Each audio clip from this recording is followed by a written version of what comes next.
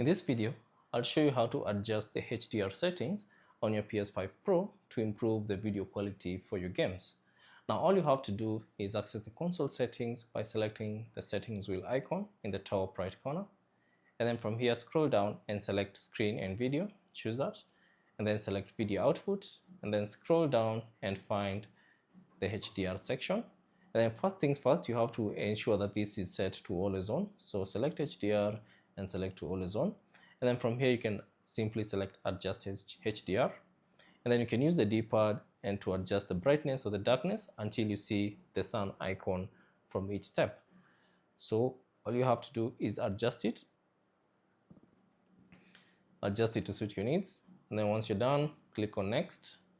And then you can do the same for this second option.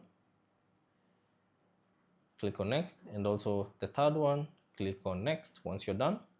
And that should set up a perfect HDR settings that can improve the color output on your TV or the monitor you're using for your PS5 Pro. Thanks for watching, and I'll see you on the next one.